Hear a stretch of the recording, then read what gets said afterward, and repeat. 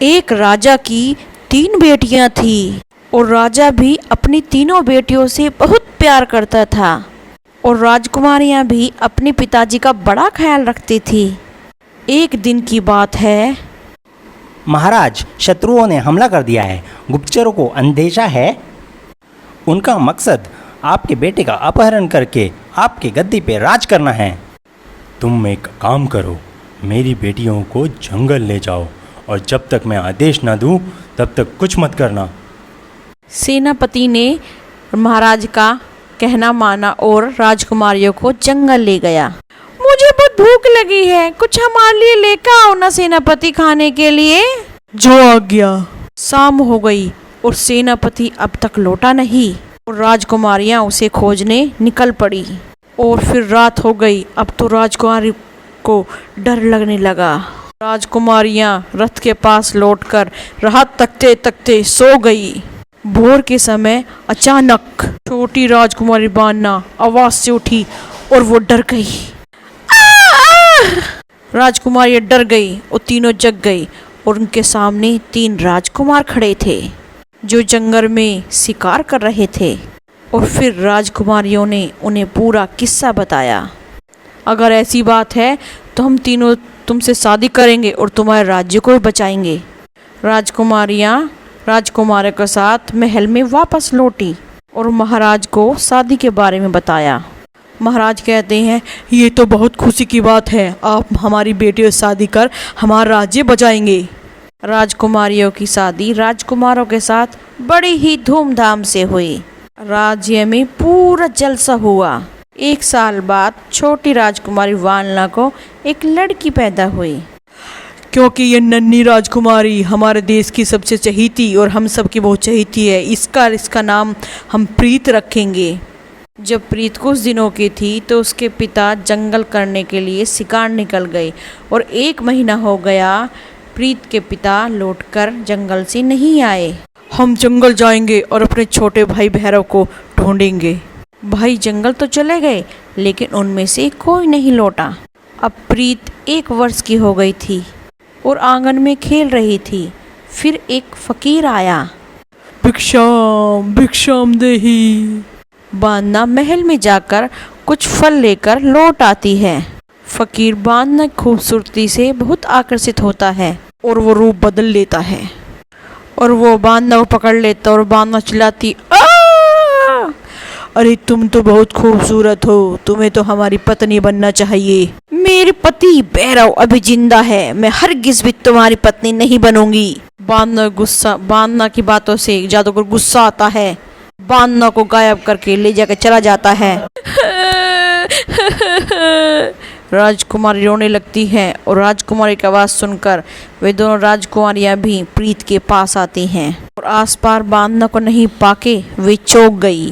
प्रीत की मासियों ने उसका बड़े ही प्यार से देखभाल किया।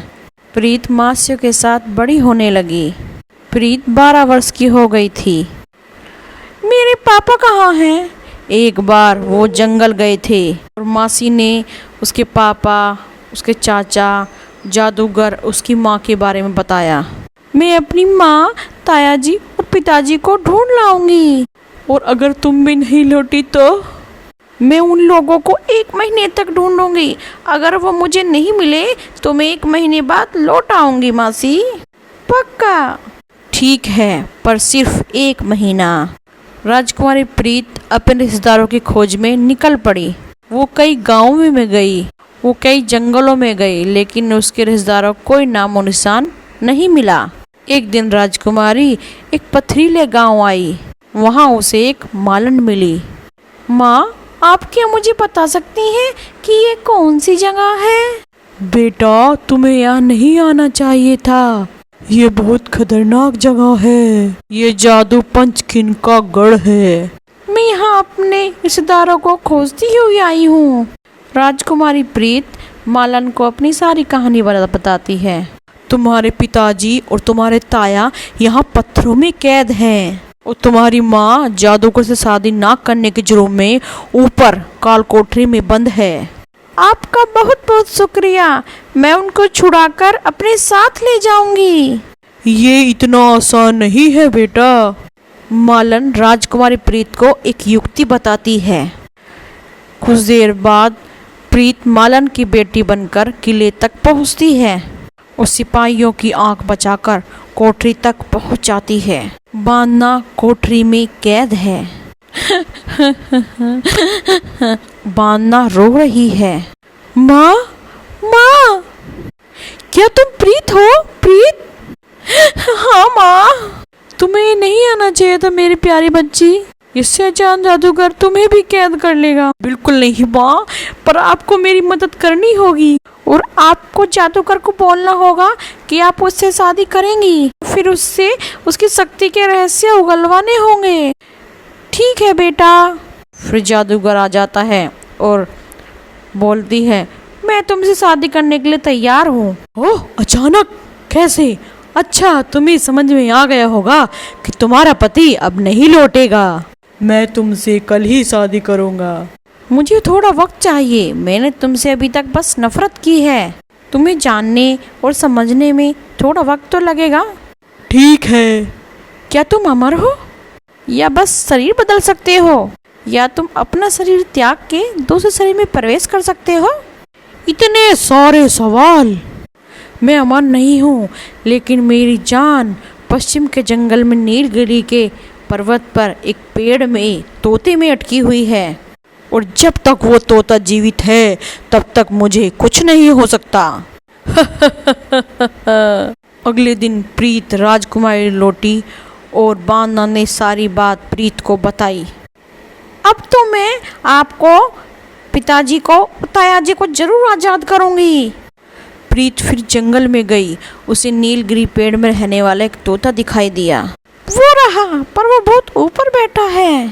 प्रीत ने अपनी जेब से मिठाई का टुकड़ा निकाला और पेड़ के पास एक पत्थर पर रख दिया, और थोड़ी देर में तोता नीचे आया और प्रीत ने उसे लपक के पकड़ लिया और झट से उसकी गर्दन मरोड़ दी, और जादूगर मर गया और उसका सारा जादू उलट गया और उसके ताया और पिताजी फिर से सही हो गए। प्रीत को अपने रिश्तेदार मिले और माँ बाप भी, और प्रीत 1 महीने के भीतर महल लौट आई, और वो भी पूरे राज परिवार के साथ, और फिर वो हमेशा साथ साथ खुश रहे। ये कहानी थी हमारी जादूगर पंचकिन की। इससे हमें क्या शिक्षा मिलती है? हमें कभी भी हार नहीं माननी चाहिए। जो हम हार मानते हैं तो हमारे काम नहीं होते हैं।